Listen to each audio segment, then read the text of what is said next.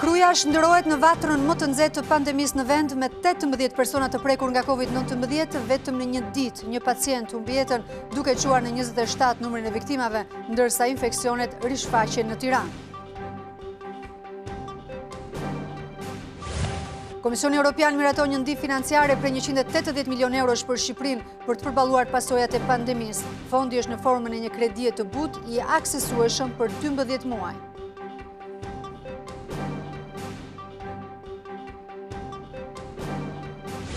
Presidenti Meta dekreton ndryshimet në kodin penal për ashpërsimin e dënimeve për ata që shkelin rregullat e karantinës. Kreu i shtetit mbron masat e marra nga qeveria, duke thënë se kufizimet i imponon pandemia.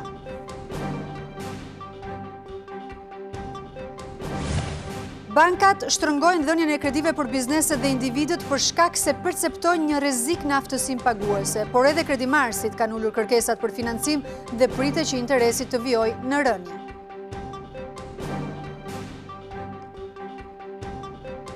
Organizata e Kombëve të Bashkuara paralajmëron se bota është në rrezik nga një urime për masa biblike si pasojë e pandemisë. Ekspertët e saj thanë në Këshillin e Sigurisë se uria mund të shkaktojë mbi 30 milion viktima në pak muaj.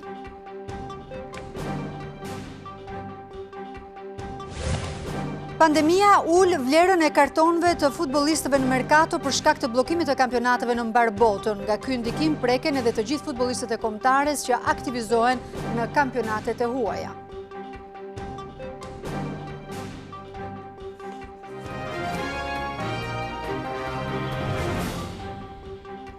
Ju përshëndes të gjithëve, mirë se vini në TV Klan, jemi drejt për drejt me edicionin informativ të orës 15:30 minuta, do të njemi me informacionet kryesore dhe më të fundit sa i përket situatës koronavirusit.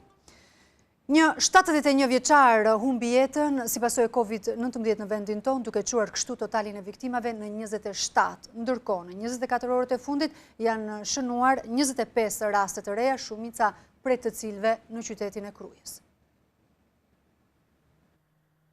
Humbi jetën një 71 vjeçar nga Covid-19 duke e çuar numrin e viktimave në 27 në vendin tonë. Ka ndruar jetë një pacient 71 vjeçar, i cili ishte në shërbimin e kujdesit intensiv pranë Spitalit Universitar Shefqet Ndroqi.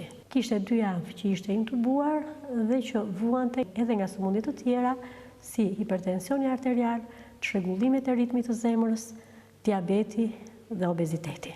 Numri të infektuarve po pëson në rritje drastike, kryesisht në Krujë, ku kanë rezultuar pozitiv 18 raste të tjera, nga 25 rastet e reja në total. Shkak mbetet infektimi në një ndërmarrje fasonerie. Gjatë 24 orëve të fundit kanë rezultuar 25 raste të reja pozitive. Në Krujë kanë rezultuar pozitiv 18 raste, në Tiranë 3 raste, 2 raste në Elbasan, 1 rast në Shkodër dhe 1 rast tjetër në Kurbin. 40 pacient po marrin ndihmë mjekësore në 2 spitalet Covid. Në shërbimin infektiv marrin shërbimin 33 pacient. 4 prej tyre ndodhen në shërbimin e terapisë intensive, ndërsa në spitalin Covid-2 kemi 7 pacient të shtruar, nga të cilët 4 janë në terapi intensive në gjendje të rënduar. Nga 634 raste të konfirmuara me koronavirus, më shumë se gjysma janë shëruar. 5 qytete kanë dalë nga vatrat aktive të infektuarve pasi janë shëruar të gjithë të prekurit. 11 pacientë të tjerë janë shtuar listës të shëruarve. Tashmë na rezulton se në Berat, në Lezhë, në Mirdit, në Rogozhin dhe në Tropoj janë zona ku të gjithë të prekurit deri tani janë aktualisht të shëruar. Me lehtësimin e masave, autoritetet shëndetësore kërkojnë që të respektohen distancimi fizik në dyqane dhe supermarkete, si dhe qytetarët jenë të pajisur me maska dhe doreza për të shmangur për hapjen e Covid-19. Kruja është kthyer në vatrën më të nxehtë të pandemisë në vendin tonë, situatë të cilën ne do ta diskutojmë në një lidhje të drejtë për drejtë me Artan Simakun nga Instituti i Shëndetit Publik. Zoti Simakut, përshëndes dhe faleminderit për këtë lidhje të drejtë për drejtë. Përshëndetje, faleminderit për ftesën. Çfarë po ndodh në Krujë, zoti Simaku? Pse ky shtim i rasteve të reja me Covid-19? Atëherë, ky shtim ka ndodhur është një numër relativisht i ulët i rasteve dhe kjo ka ndodhur një aktivitet biznesit, pasonerie, si pasojë e mos respektimit të masave të duhura që tashmë dihen distanca, maska, dorezat e tjerë. Po theksojmë që është kryer dhe vazhdon të kryhet një hetim i zgjeruar dhe i thelluar dhe po testohen të gjithë rastet dhe kontaktet e tyre dhe shumë shpejt dhe kjo vatër do mbyllet. Pra në ditën në vijim, parashikojmë deri nga fundi javës do kemi rezultate shumë të kënaqshme në Kruj. Ashtu siç kemi dhe në aktualisht dhe në rrethet të tjera. Po thoni që ka vetëm një vatër në qytetin e Krujës? Po, një vatër dhe këto janë kontaktet... Dhe bëhet fjalë, më falni, dhe bëhet fjalë pikërisht për fasonerinë e cila ka numrin më të lartë të infektuarve, apo kemi të bëjmë një tjetër rast? Jo, me fasonerinë dhe këto janë rastet të kontaktet janë të lidhura me fasonerinë. Vetëm me një fasoneri? Po, me një fasoneri, kështu që, siç thash, po kryet hetimi dhe situata nuk është alarmante, shqetësuese, sepse është një vatër që është e kufizuar dhe si pasojë e hetimit dhe testimit të rasteve, shumë shpejt do vihet në kontroll. Ndërkohë Tirana, dje zoti Simaku nuk kishte asnjë rast, sot janë shënuar 3 raste të reja. Kemi të bëjmë me vatër të reja apo gjithmonë me kontakte të personave të infektuar më parë? Atëherë, këto janë kontakte të personave të infektuar më parë, por duhet kemi parasysh që me lehtësimin gradual të masave, nuk përjashtohet dhe në ditët në vijim që të kemi ndonjë numër shumë të ulët të rasteve të reja deri në shuarjen graduale të tyre. Pra, nuk është çudi që në ditët në vijim mund të kemi ndonjë një rast të ri ose 2 raste të reja, por gjithsesi këto janë të natyrshme për shkak të lehtësimit të masave. Por theksojmë që trendi është gjithmonë i qëndrueshëm dhe drejt rënjes. Ndërkohë sot në 5 qytete nuk ka pasur asnjë rast. Sa e mundur është që epidemiologët kenë shkëputur zinxhirin e infeksioneve aty, apo presim raste të reja në ditët në vijim? Atëherë, nga të dhënat që kemi dhe nga testimet e kryera, është ndërprer zinxhiri i infeksionit. Por siç thash, me lehtësimin e masave, sepse masat sa vinë edhe do lehtësohen dhe nga java në vijim, por qytetarët duhet të kenë parasysh që pavarësisht lehtësimit të masave, nuk është se po rikthehemi në një situatë tërësisht normale. Duhet të vazhdojnë masat e mbrojtjes, pra distancimi fizik dhe social, mbajtja e maskës dhe dorezave në ambientet publike, sipas këshillimeve, duhet të vazhdojnë. Pra, për të vazhduar për të ndërprer plotësisht zinxhirin e transmetimit të infeksionit. Dhe në këto qytete aktualisht është ndërprer zinxhiri i transmetimit, sepse janë kryer testime të zgjeruara dhe nuk rezultojnë me raste të reja. Por ndonjë rast tek tuk i ri që mund të dalin në ditën në vijim, nuk është çudi sepse kjo është e pritshme. Por një trend i qëndrueshëm dhe në rënje parashikohet gjatë gjithë kohës deri në shuarjen normale të epidemisë. Zoti Simaku, të falenderoj për këtë lidhje të drejtë për drejtë në televizionin Klan. Ndërkohë, vetëm para pak minutash, Ministre e Shëndetësisë Ogerta Manastirliu ka prezantuar planin e ri të masave. Duke nisur nga java e ardhshme, fasha orare për individet do të rritet me 2 orë e 30 minuta, ndërkohë që do të ketë një hapje për një kategori tjetër biznesesh. Lehtësimi gradual i masave do të përfshi 4 faza. Hapja e kujdesshme do të jetë graduale, duke marrë një minimum 2 javor nga njëra fazë tek tjetra për vlerësimin e situatës. Rihapja e aktiviteteve do të shoqërohet me kufizime, lidhur me lëvizjen dhe kontaktet e njerëzve për të paktën 2 muaj nga momenti gradual i hapjes me qëllim minimizimin e transmetimit të infeksionit. Çdo biznes duhet të marrë vërtetimin dhe gjithashtu protokollin përkatës në e-Albania që duhet të disponojë dhe të afishojë në mjediset e punës. Bizneset të cilat nuk do t'i plotësojnë këto protokolle, do të penalizohen sipas legjislacionit në fuqi. Nga java e ardhshme, ne do të mundet që të rrisim nga 90 minuta në 2 orë e 30 minuta fashën orare për individët. Do të lehtësojmë masat për një kategori të re biznesesh, që nga bizneset e tregtimit të veshjeve, këpucëve, tekstileve, mobiljeve, ndriçimit, pajisjeve elektronike, dyqaneve të luleve dhe një seri tjetër të kategorizuar të bizneseve, transporti taksi nga qyteti në qytet me vetëm një person pasagjer, sipas masave të përcaktuara në protokollin specifik udhëtimi me taksi, do të jetë një tjetër shërbim i cili planifikohet të lehtësohet. Në burgun 313 në kryeqytet ka rezultuar i prekur me COVID-19 një shtetas italian i cili ndodhet në paraburgim. Specialistët e Institutit të Shëndetit Publik kanë shkuar në ambientet e burgut para ditën e sotme ku kanë kryer të tjera teste.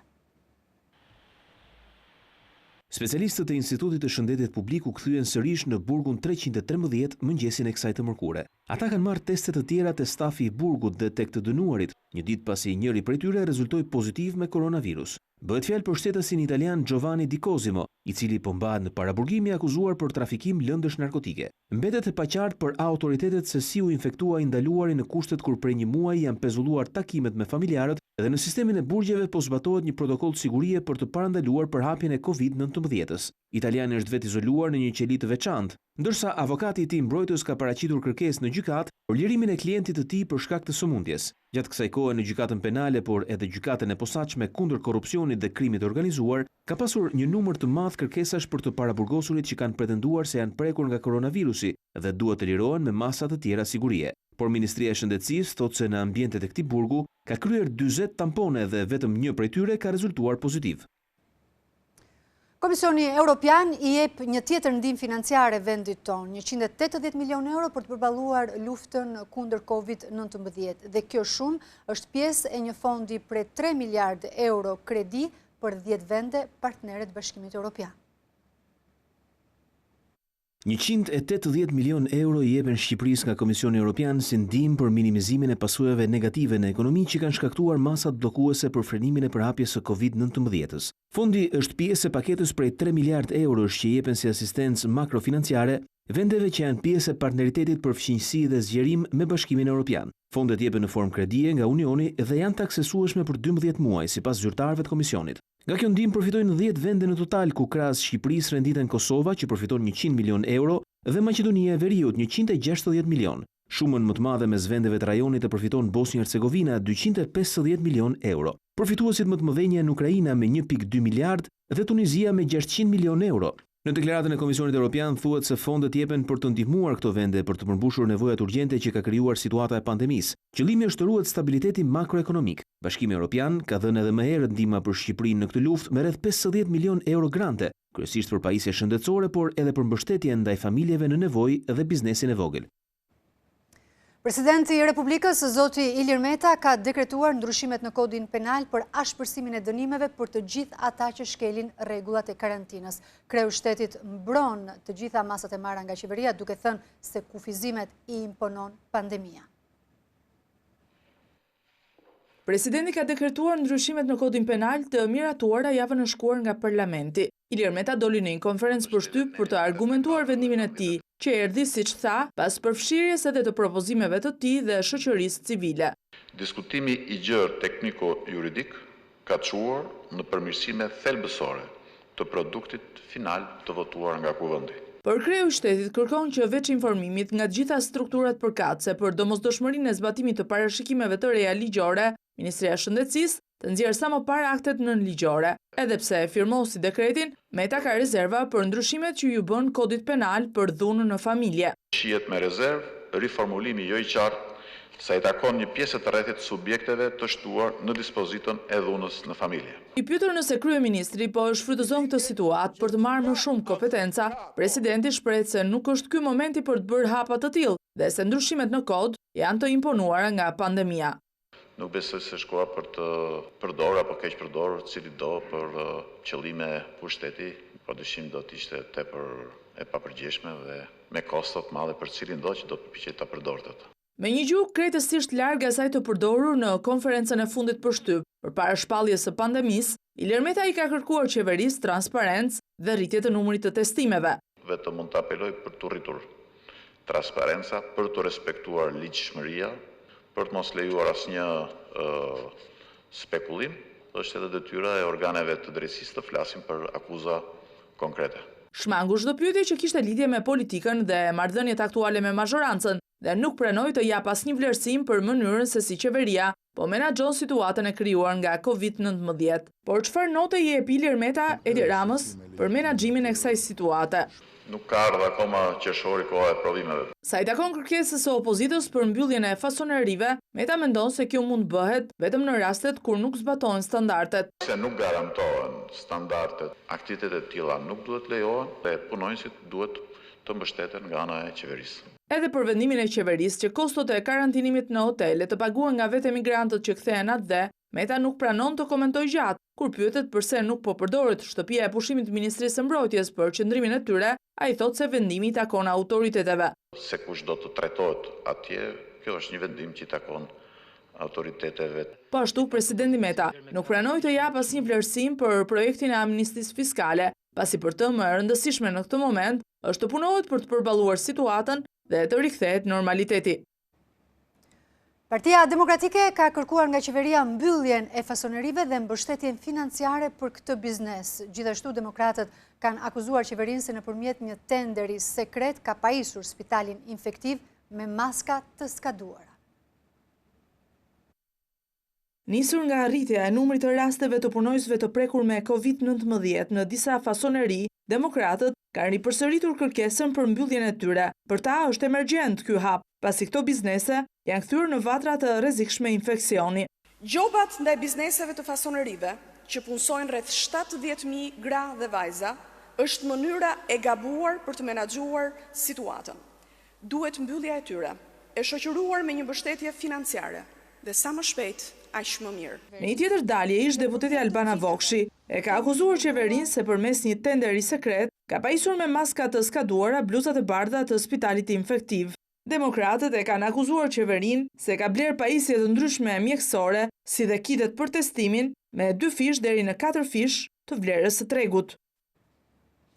Emigrantët e parë të kthyer nga Greqia dhe që qëndruan të izoluar në hotelet e Korçës kanë lënë sot karantinën, por ata kanë shprehur pakënaqësi sa u përket pagesës së hotelit. 13 emigrantë të kthyer nga Greqia të karantinuar prej 2 javësh kanë lënë këtë të mërkurë hotelin në qytetin e Korçës. Ata kanë dalë nga hoteli pasi paguan vetë faturën e akomodimit. Të pakënaqur janë punëtorët sezonal në Greqi që thonë se kthimi natë dhe ju kushtoi 700 euro. Vetëm me një djalë. Veç anë rruga ndaj 200 euro që kemi ardhur. Qëndrimin në karantinë konsiderojnë të vështirë dhe ata që janë kthyer nga Greqia me familjet. Përveç punëtorëve sezonal, ka edhe persona që kanë udhëtuar për arsye shëndetësore. Ne para nuk kemi. Mami nuk e kam përsur dhe gjithashtu nuk kemi kushte. Pak ditë më parë, prefekti i Korçës Dhori Spirollari ju kërkoi bashkive respektive të mbulonin faturën e karantinës për qytetarët e tyre, por vendorët janë mjaftuar vetëm me sigurimin e ndihmave ushqimore. Në 5 hotelet e Korçës dhe Pogradecit vijojnë të qëndrojnë të izoluar rreth 200 emigrantë. Në urgjencën e qendrës spitalore universitare Nën Tereza janë shtuar vizitat e personave të cilët nuk kanë shqetësime nga koronavirus. Drejtuesit e saj thonë se bëhet fjalë për ata persona që kanë sëmundje kronike. Edhe pse jemi në një situatë të pazakont për shkak të COVID-19, në urgjencën e sëmundjeve të brendshme të qendrës spitalore universitare Nën Tereza vijojnë të paraqiten në raste që kërkojnë ndihmë urgjente mjekësore. Kreu i këtij shërbimi, doktore Qerem Hasani, tha për televizionin Klan se që nga muaji mars, kjo javë ka shënuar rritje të numrit të personave që kanë kërkuar ndihmë mjekësore. Në pikun e kësaj epidemie, shkunin numri i vizitave dhe 50-60. Tani numri i vizitave ka shkuar 100. Ati vinë të smurt kronik, të cilët situatat e tyre agravuar për shkak të humbjes së kontrollit të vizitave dhe vinë pak me gjendje më të rënduar. Kryesisht janë pacientë të cilët vuajnë nga sëmundje kronike. Të smurt kardiak me hipertension të pakontrolluar, me sëmundje koronare të cilët janë bypassuar apo të smur me sëmundje valvulare, të smur me çrregullime të ritmit, të smur me diabet, të smur kronik pulmonar. Përpara urgjencës, çadrat e triazhit studiojnë rastet e paraqitura. Nëse dyshohet për Covid, pacienti futet në një ambient të veçantë survejimi. Ne bëjmë triazhin, të cilën e kalojmë në një ambient të izoluar që kemi hapur në kirurgji, me dhomë, me të pajisur me oksigjen. E ndërsa mjekët e spitalit infektiv dhe ata shefqet ndroqi janë vijën e parë të luftës me Covid, disa raste janë zbuluar edhe nga doktorët e urgjencës së qendrës spitalore universitare Nën Tereza, pasi qytetarët janë paraqitur direkt në këtë shërbim, pa njoftuar më parë 127-ën. Këshilli i lartë gjyqësor ka vendosur të rinisë veprimtarinë në të gjitha gjykatat e vendit në datën 27 prill. Puna e gjyqësorit ishte pezulluar që në datën 10 mars me qëllim parandalimin e koronavirusit. Në mbledhjen e sotme KLG vendosi që të ngarkojë këshillat dhe kryetarët në detyrë të gjykatave për marrjen e masave për parandalimin e përhapjes së COVID-19 në këto ambiente. Tatimet kanë miratuar pagesën prej 20.000 lekësh për më shumë se 12.000 punonjës, ndërkohë vetëm një ditë pas nisjes së aplikimeve, 13.000 të tjerë kanë aplikuar për këtë pagesë. Një ditë prej nisjes së aplikimeve për të përfituar nga paketa e zgjeruar për dhënien e ndihmës financiare prej 40.000 lekësh, interesi i bizneseve ka qenë mjaft i lartë. Në një intervistë me Skype, drejtoria e përgjithshme e tatimeve, Delina Ibrahimaj, thotë se janë mbi 13.324 punonjës që kërkojnë ndihmën financiare dhe për 11.990 prej tyre kërkesa është pranuar, çka bën që paga të hidhet direkt ditën e njëjtë. Procedura e aplikimit është shumë e ngjashme me procedurën e aplikimit të paketës së parë, me ndryshimin që në këtë rast të gjithë ato paguesit, punonësit të cilëve përfitojnë nga paketa numër 2 janë njoftuar nëpërmjet portalit e-filing. Tatimet kanë aplikuar një mënyrë të re për bizneset që përfitojnë ndihmë financiare nga kjo paketë, duke i kontaktuar vetë përfituesit që ta aplikojnë, por kjo nuk do të thotë që përjashtohen nga kërkesa bizneset e pakontaktuara. Për ata të cilëve ju është refuzuar kërkesa, kanë vënë në dispozicion një adresë të veçantë për të bërë ankesën. Ato që janë njoftuar do të kenë një procedurë të përshpejtuar miratimi, pasi të dhënat që ne kemi për këto subjekte janë të sakta dhe pjesa më e madhe e tyre do të marrë pagesën 1 deri në 2 ditë pas aplikimit. Ato subjekte të cilët nuk e kanë marrë njoftimin do të mund të aplikojnë nëpërmjet një formulari ankese. Këtë javë mbyllet edhe dhënia e pagës së luftës prej 26.000 lekësh për paketën e parë. Deri tani është derdhur paga për 52.000 punonjës. Tatimet thonë se në fillim të muajit maj do të hidhet edhe trashi i dytë pa patur nevojë për aplikim të ri. Të gjithë ato përfitues të transhit të parë do të përfitojnë dhe nga transhi i dytë automatikisht. Për të punësuarit e padeklaruar, drejtoria e tatimeve bën thirrje që të denoncohen rastet në mënyrë që të përfitohet pagesa financiare. Deri më sot, denoncimet kanë qenë të pakta krahasuar me numrin e kërkesave për pagë nga kjo kategori. Situata nga pandemia ka bërë që bankat tregtare të shtrëngojnë dhënien e kredive si për bizneset, ashtu edhe për individët, por nga ana tjetër edhe kredimarësit kanë ulur kërkesën për financim. Bankat e nivelit të dytë raportojnë për një shtrëngim të kushteve për dhënien e kredive në të gjithë zinxhirët e ndërmarrjeve private, që nga bizneset e vogla deri te kompanitë të mëdha. Shtrëngimi i kushteve raportohet si te madhësia e kredisë që aprovohet, e cila është më e ulët se zakonisht, ashtu edhe tek refuzimet që ju janë bërë bizneseve. Në bazë të vërtimit të aktivitetit kreditues të botuar nga Banka e Shqipërisë, risku sa i takon aftësisë paguese të bizneseve nga situata e pandemisë së Covid-19 konsiderohet i lartë, çka ka rritur vigjilencën e bankave, por po ashtu ka ulur edhe kërkesën për huamarrje. Sipas gjykimit të bankave, kushtet dhe termat e kreditimit u ndikuan negativisht nga perceptimi për rrezik të shtuar nxitur prej situatës së paprecedent të shkaktuar prej Covid-19.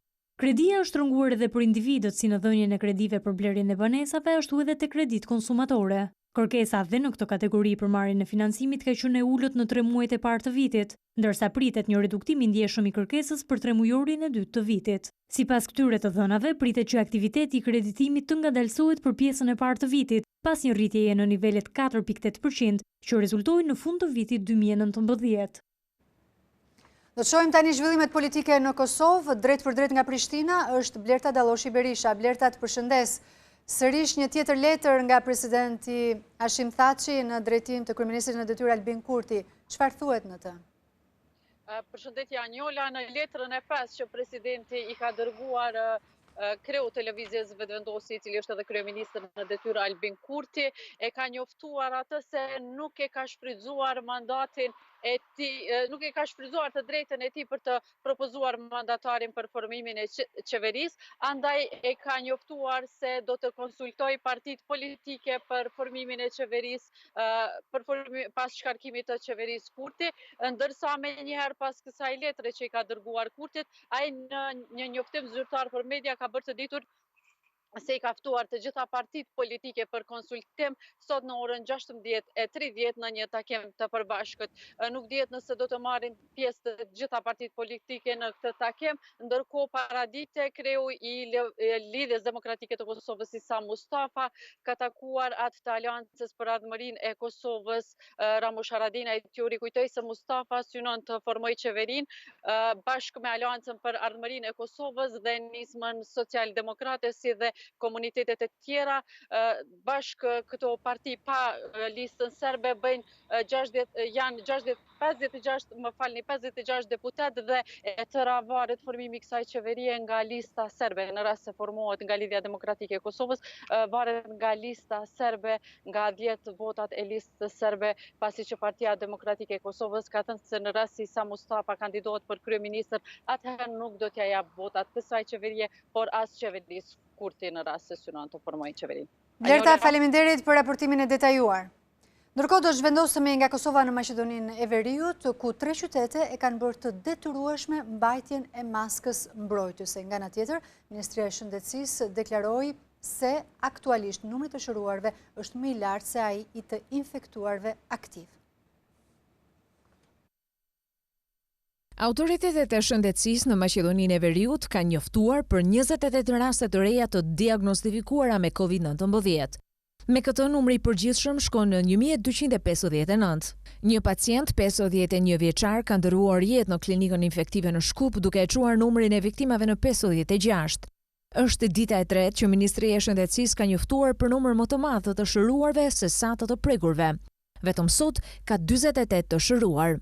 Në Prilep, Kumanov dhe Tetov, prej sot detyrimisht të gjithë qytetarët duhet të vendosin maska, shall apo ndonjë gjë tjetër për të mbuluar hundën dhe gojen. Një vendim i mirë është, për mendimin tem, ku e ti unë. Po, normal është e nevojshme për qytetarët dhe për ne. Shumë rregull, gjithsesi duhet mbajtur.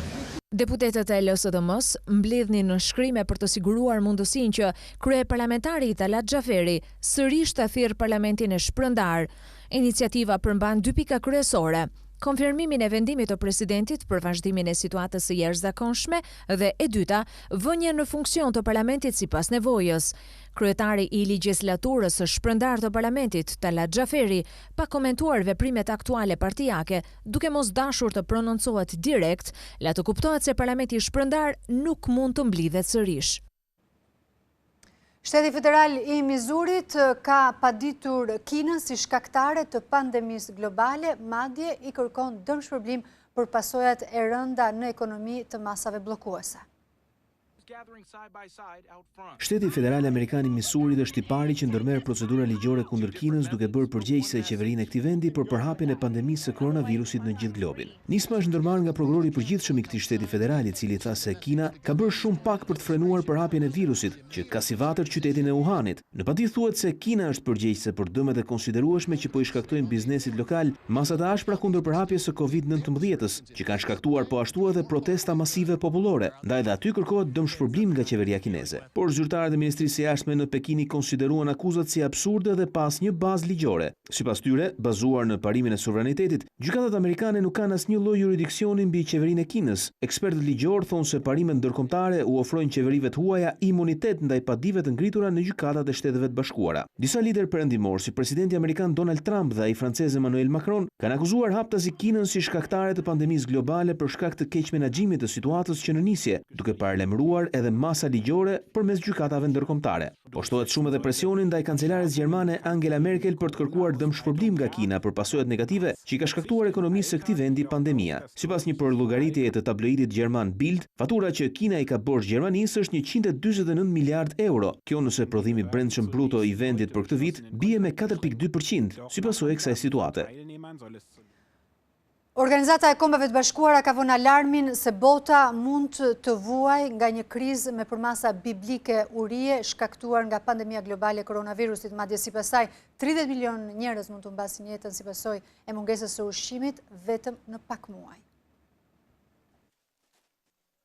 Bota është në rrezik nga një uri që mund të përhapet në përmasa biblike si pasojë e koronavirusit. Paralajmërimi vjen nga Organizata e Kombeve të Bashkuara, e cila mlodhi Këshillin e Sigurisë për të diskutuar këtë emergjencë. David Beasley, kreu i programit botëror të ushqimit, thotë se për të shmangur atë që ai e konsideroi katastrofën më të madhe humanitare që nga lufta e dytë botërore, duhet të veprohet urgjentisht dhe me mençuri. Sipas tij, më shumë se 30 milion njerëz mund të vdesin brenda disa muajsh nëse Kombet e Bashkuara nuk sigurojnë më shumë fonde dhe ushqim. Sipas ekonomistëve të programit botëror të ushqimit, pandemia ka goditur më së shumti shtresën e varfër dhe të gjithë ata, mbi etesaj të cilëve varet nga paga mujore. Sipas raportit vjetor global mbi krizat ushqimore, numri i personave që do të vuajnë nga uria mund të shkojë në më shumë se 250 milion nga 135 milion njerëz që janë aktualisht. Vendet më të rrezikuara janë ato që vuajnë nga konfliktet, kriza ekonomike dhe ndryshimi i klimës. Edhe para goditjes së pandemisë, pjesë të Afrikës Lindore dhe Azisë së Jugut janë përballur me mungesa të mëdha ushqimore të shkaktuara nga thatësira dhe infeksione të rënda të mbartur për dekada. Bashkia e Tiranës vijon punën për ndërtimin e shkollave të reja apo riparimin e të gjitha atyre që u dëmtuan nga tërmeti 26 nëntorit. Shumë shpejt Hamzaj do të ketë gati shkollën e re Nën Tereza, e ndërsa vendi ndodhet në situatë pandemie për shkak të Covid. Kryebashkiaku Erion Veliaj tha se puna për ndërtimin e kësaj shkolle po ecën me ritme të shpejta. Para se të niste kjo pandemi, sapo inauguruam kopshtin në Kodërkamës, lehtësoi një pjesë të madhe të familjeve që i çonin fëmijët e tyre nga Prag ose tek Zogujzi. Shkolla Nën Tereza zgjidh përfundimisht një problematikë shumë të nevojshme. Veliaj u ndal edhe tek gjimnazi Sami Frashëri, e cila u dëmtua rënd nga tërmeti i 26 nëntorit, për të cilën tha se do të rindërtohet nga e para. Ka filluar zbrazja e shkollës Sami Frashëri, me gjithë ristrukturimet edhe gjithë konfigurimet që kishin bërë shkollës, ka po ato themele dhe ka po ato kolona. Kjo do thotë që nëse nuk e përballon dot një tërmet të ardhshëm, është më mirë të marrim një vendim të vështirë sot, që ta prishim atë shkollë për ta ndërtuar më të re. Sipas kryebashkiakut Veliaj, pandemia ka sjellë nevojën për ndryshime në urbanizimin e qytetit, ku më shumë vëmendje do i kushtohet zgjerimit të trotuareve dhe korsive të biçikletave. Dhe këtu kemi mbërritur në fund të këtij edicioni informativ. Faleminderit që qëndruat me ne.